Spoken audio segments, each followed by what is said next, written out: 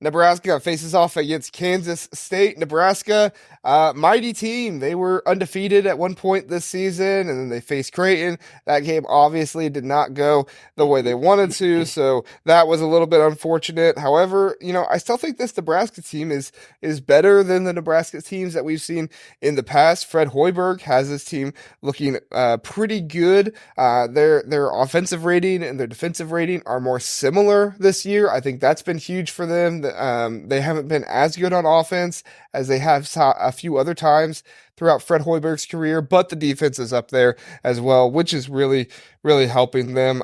But the loss to Minnesota and the loss to Creighton, the Creighton loss is respectable, but for a team that was playing as well as Nebraska, you really like to see them get that win over Minnesota. It is on the road, however, probably playing a little bit down after being disappointed about Creighton, I guess. But Anthony, you're the one that's probably seen Nebraska most recently since they played Michigan State last. What are some of your thoughts on them facing Kansas State? Yeah, so this is obviously I'm screaming for Nebraska to continue to do well this season to prove that that was a quote unquote good loss, a resume Validated, building yeah. loss, if you could call it that, for Michigan State. I don't think that's going to happen. I think they're going to have a letdown game and just make me hate that loss even more. Offensively, I think they are a pretty solid team. They don't shoot the ball super great, but they've got a couple guys who can kind of go off it at any given moment. Tominaga he can hit it from anywhere. I think their backcourt trio, Bryce Williams, Tominaga, and Juwan Gary, are a top. I wouldn't say top three, but a top half of the Big Ten in terms of backcourts. They have a really that really they play very well together. They're fairly athletic, fairly good size. They've got a good steady center in Rink Mast. They made Michigan State look silly in terms of rebounding. That's not hard to do, but that was something that just second chance points were a killer. It's going to be a really fun matchup. This is the most intriguing game for me to pick in terms of just the teams playing each other. K State, fun team to watch. I like Jerome Tang as a coach. He's kind of upstart. I think he's going to be one of the names to watch as coaches who are just going to be steady over the next decade or so. Obviously, they lost Marquise Noel last year. They're doing their best to replace him with an undersized point guard, kind of the straw that stirs the drink with Tyler Perry. And I think he's doing admirable. Obviously, he's not putting up Noel numbers, but he's distributing the ball really well. He's scoring really effectively. I think K-State looks like a really fun team to watch. They do offensive rebound very well, so Nebraska is going to have to bring their A game on the boards. I think this one is going to be a fun backcourt matchup with Perry, with Kaluma, and Cam Carter on Kansas State. I think they're two really fun backcourts to watch score against each other. It's going to be who can get the stops in this game, right? Who's going to bring their defense. For me, I like Kansas State in this one ever so slightly. I just think I think the rebounding is going to be enough of a difference maker that's going to decide this one. And I think Nebraska has a little bit of a letdown game after a big win against Michigan State. Yeah, I think Rick Mass is really going to have to put together a good rebounding performance, like you said. Kansas State, 14 and a half offensive rebounds, similar to what we talked about with Georgia Tech in this one. Just a really solid offensive rebounding team. And they get a lot of their production from everybody. Kaluma gets 2.7 offensive rebounds per game, and then everybody else contributes a little bit as well. So, Rick Mass is really going to have to be that primary rebounder. He gets, I'm trying to get it here. Yeah, 9.7 rebounds per game. That's really, really good for a big guy playing for Nebraska to be able to make that happen. And that's one thing I'm noticing with Nebraska this season is they seem to be playing more inspired basketball as a team. It doesn't look like one guy, trying to take the whole team with them or anything like that. Everybody looks like they're inspired, and it looks like everybody's buying into Fred Hoiberg. This is looking like a team that you would think you were going to get from Fred Hoiberg when he first came into the conference before he starts getting some of his talented players around him. Not to say that Nebraska's players aren't talented. That's not what I'm saying, but they play some more inspired ball to make up for some of their lack of talent in some areas, like when they're playing a Michigan State or like when they're playing some of these other teams that have more talent than them. Burke, what are some of your thoughts on Nebraska facing Kansas State? I think that the Nebraska faithful right now, I think after that Michigan State win, they got to rope in a lot of those people who were like, oh, same old Nebraska. They got to bring them back into the fold. And then this is an opportunity for them to grab everybody who was straying along like with that same old Nebraska idea. This win could really make a point that this is a different squad we're seeing.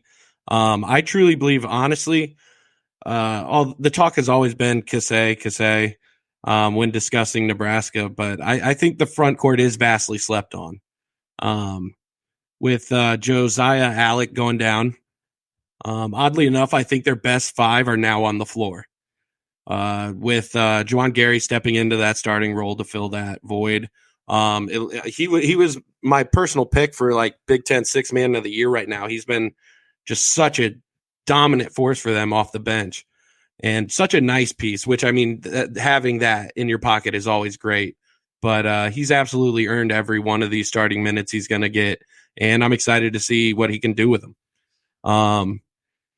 Yeah, him and Rink Mast are the two stabilizing forces of this team, I think, and having them both on the court for like at the very start of this game, it's going to be something. So, yeah, I like Nebraska in this one. I do. Yeah, I think at the end of the day, I'll probably pick Nebraska as well. I don't know if I feel super confident in the pick, but if I'm just going based on vibes and how I want to believe in a Big Ten team, I'll go with Nebraska. In this one, I agree with the Gary Sixth Man of the Year. If Alec was able to stay healthy and he was able to be the sixth man all season long, I think he'd be an obvious pick because he just comes off the bench with that energy I was talking about to really help ignite the team and give them what they need. And I mean, when your guy coming off the bench is leading your team in scoring, it's pretty impressive to be able to do that. And only averaging 26 minutes per game. That's another huge thing with a huge thing with this Nebraska team. You don't have guys averaging, 30 or averaging. You don't have guys playing 36, 37 minutes a game every single night. You have a lot of guys going in, a lot of guys coming out, keeping guys' legs fresh, making those kind of things happen. So it's definitely interesting. We'll see how it goes. I agree. Tominaga's a good player, but he's not really the star on the court. He's kind of got the star name, but he's not really the star on the court of this team. It's much more the front court, which is nice to see. So, Anthony, you got any additional thoughts on this game? Yeah, Rink Mass is he's just like he's steady Eddie. He's as consistent as they come. You kind of know what you're going to get from him every night. You know you're going to get 10 to 13 points ish. You know you're going to get around 10 rebounds. It's good to have a stabilizing. He's not. I wouldn't say he's an elite big man, but he's in today's game as much as you would want out of a big man in a team with a backcourt that has as much potential and upside as Nebraska's does. It's nice to have a stabilizing force like that on the inside. So I think this is a really fun matchup. I'm really excited about this one. These are two, I'd say, upstart programs in the context of their conference. Yeah, definitely two good coaches. I mean, Jerome Tang, he was really, really good last season, building another good team. I Fred know you don't Hoiberg. have to tell me. Sorry, I'm Talk not about trying another to. Madison Square Garden loss. Michigan State, that Kansas State game was just crazy. That was such an exciting game, but it proves Tang, you know, in a battle of titans in a venue like that, the lights weren't too bright for him. So Well, it wasn't too bright for his players either. I mean, his players played really, really inspired ball in that game. Truthfully, I had forgotten about that, Anthony, and so you just reminded me I that never forget. I put two teams that were probably painful for you to talk about in this game. So sorry about that. Can't hurt me I, anymore. Just numb to it all at this point. just keep looking at your football team's off season, and that'll be really nice. So. Take the wins where they come. Yeah, exactly. So, Burke, you got any additional thoughts on these two teams? No, just big opportunity for CJ Wilcher to snowball. I mean, he had 10 points against Michigan State in his 15 minutes. Now that Gary's in that starting role, somebody needs to take that supplemental production title. Yep, they do. Thanks for listening to the Big Ten Huddle. Please do like and subscribe. We appreciate that. If this was your first time listening, we are the Big Ten Huddle. We cover all things Big Ten football and basketball. We have a long episode every Sunday, Tuesday, and Wednesday night, all at 9 o'clock. So come in, check us out, get in the chat, let us know what you're thinking. We would love to have you join us and learn more about the Big Ten.